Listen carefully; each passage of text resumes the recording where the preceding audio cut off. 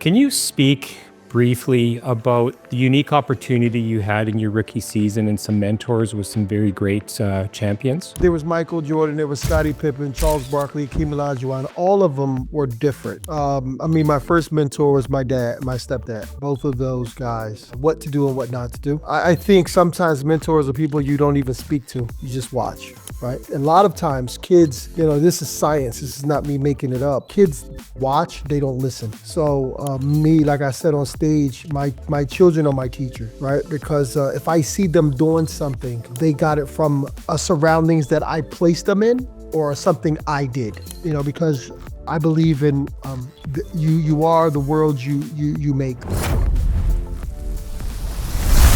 I'm Garrett Wong, and this is the Investing to Win podcast. How do you define success, and what does winning look like for you? Garrett, how are you, brother? Good, good. Thank you so much for being on my podcast, Cuttino. For sure. So I know we don't have a ton of time here, but you've made such significant contributions to the NBA, despite obviously having a shortened career due to heart condition. I thought I was going to be talking about, I saw you speaking on stage with JT Fox and your 5 categories of life.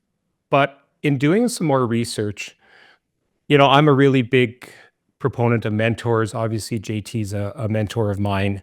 Can you speak briefly about the unique opportunity you had in your rookie season and some mentors with some very great champions? Yeah. So there was Michael Jordan, there was Scottie Pippen, Charles Barkley, Hakeem Olajuwon. All of them were different. My first mentor was my dad, my stepdad. Both of those guys, what to do and what not to do. I think sometimes mentors are people you don't even speak to. You just watch, right? A lot of times kids, this is science. This is not me making it up. Kids watch, they don't listen. So me, like I said on stage, my children are my teachers, right? Because if I see them doing something, they got it from surroundings that I placed them in or something I did. Because I believe in you are the world you make. And I try to make the world that I'm in as peaceful as possible. So getting, whether it's Hakeem Olajuwon with the discipline of fasting and reading and writing and learning new languages, and Michael Jordan, the competitive nature that he had, and then Scottie Pippen and, the all-around sacrifice of just being an all-around athlete and then helping the team and filling all the holes, and then Charles Barkley being who he was as a person, outspoken, but yet fun and everything like that. You want to pick a little piece of everyone because you have your own journey. But I think once you are connected to these different types of things in life, this is my opinion, it's because it's leading you down a path of trying to understand why you're there on Earth. Put it that way. I was blessed to have those people in my life to get to the point that I am now. So you feel that they had a significant impact on your leadership on and off the court? Yeah. Because I watched them is what I'm saying, right? So I don't know if I was clear about that, but I of course, the impact was there because it was 4 different individuals and they all led differently. So I took a little piece of all of it and then made it into one. So I was a captain of every team I was on because of those 4 individuals my rookie year. I see. Okay. Yeah. Awesome. Tell me, so again, I had written this down. Such an impactful, talk that you had with JT. The 5 categories of life. Can you define that for my audience? The 5 categories of life? Yeah, you were talking about family. You had mentioned them, and to tell you the truth, I was writing so much so fast there. I probably missed the last 2, but you talked about health, wealth, family. You referred to it as 5 categories. Yeah. So there's health, there's wealth, there's fitness, family, and then the finance, right? But again, it's more so how do you feel inside first, right? Because your health, your wealth, right? Fitness, finance, right? Family, like all those things come into how you feel. So let's work on how you feel first. because kind of like you go into the supermarket with a list and you're not hungry, right? That's life. And then you're going to the supermarket with no list and you're starving. You're going to buy anything. So buying that woman that's going to help you raise family, the finance, are you emotionally, you're an emotional spender? Are you only working out when you're happy, right? Opposed to being a disciplined, right? All these different things come to how do I feel about myself every single day? All right. So conditioning myself, there's many days, it's 82 games of a year, right? Like I don't feel like playing every day. I don't feel like practicing every day, but it's just something we have to do. You condition yourself to do these things, right? And what's best for the team, right? Because you're not on earth by yourself. I don't care what no one says. Yeah, you may live alone, you may be the only child, but it's still others that you're impacting. So how do I become my best and what can I do to serve? Like that's the key thing is serving, right? It's not taking, right? There you can take information, but you still have to give. So that's giving is serving. You have to give it out. You don't just take it and keep it. Like, well, I don't know who does that, right? I read a lot of books. You read a lot of books for what? To do what? To know the information and not give it out? You know what I mean? You make all this money for what? To not help people? What exactly it is that you're doing? So I I kind of I base everything on the emotion and how do I regulate that in all the pillars of life. Okay, wonderful.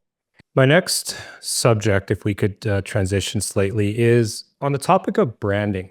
Now, you mentioned about marketing yourself. Um, can you enlighten the audience? You talked about needing to know who you are, and once you know this, then you can kind of pick. Maybe give me your perspective on what you were talking about there. Well, that's a journey in itself, right? Like I think, when you're growing up, you your mom's telling you what to do, your dad's telling you what to do, society's telling you what to do. Like, and as an Asian man, as a black man that we see, right? This is what our host is, right? We could be something totally different, but you're acting like that. You're acting like the culture of whatever it is that you're from. You could be way more than that. So how do I find that ultimate self? And that's patience, that's studying, that's learning from all different. And then I think the most powerful thing too is to brand yourself is to, especially at a young age, to ask a million questions. And the more you ask, not only will there people that's going to deny you, which helps you become more resilient and more forceful, right? And in your pursuit of understanding, but then you'll understand life a lot better, right? That it's we have this false sense of like people are supposed to, or things are supposed to be done for me kind of thing. And if I do this, I'm supposed to get that. That's not how it works, right? So in understanding that, the branding part is okay, if I'm going to be this, I have to understand exactly what this means, not just to myself, but because I have to do it every day now, right? I want to be a wife. Okay, well, this is what that means. What's the definition? I want to be a husband. This is what that means. This is what the definition. I want to be a businessman, a CEO. This is what that means. I want to be a basketball player. This is what that means. These are hours. This is going on. So the branding for me is walking my talk, right? Some people say, practice what you preach. I say, preach what you've practiced, right? A lot of people are, oh, practice what you preach. It's like, you preach it, but you haven't even practiced it. That's that phrase. Mine is preach what you've already practiced. I practice this every day. That's my brand. That's my marketing. That's my who I am. I'll do it whether I'm talking to you or not. I'm going to still do it. I'm going to walk out, go get my daughter. There's going to be little kids. There's going to be grown-ups talking, wanting me to. I do it every single day. I have notes and notes and books of stuff that I do regardless. It doesn't matter, right? So I think that's where you start to really understand your branding, because then now that becomes who you are. Okay, excellent. Final word. I always ask every guest this, and I'd love to know what you have to say. This is the Investing to Win podcast. How do you define success and what does winning look like for you? What does winning look like for me? And how do I define success? Hmm. I think it's winning looks interesting. Winning looks to me, again, I'm not a single, meaning like I don't have any children. So winning looks to me a successful group of minions I've raised to be good human beings, right? That's winning. That's success, right? It's for some people he could be a plumber and then have his own plumbing business. I don't, but for me, what the cards I've been dealt is how do I impact as many people as I can, right? And be there for them. I think that's what that's what for me, because it's different for everybody. I have children, so that's being my best version. Because again, they watch, they don't listen. Is what my success and winning is. Awesome. Thank you so much. We're out of time, but really appreciate spending this time with you. Thank you for being on my podcast. Oh, thank you so much, brother. All right. Take care.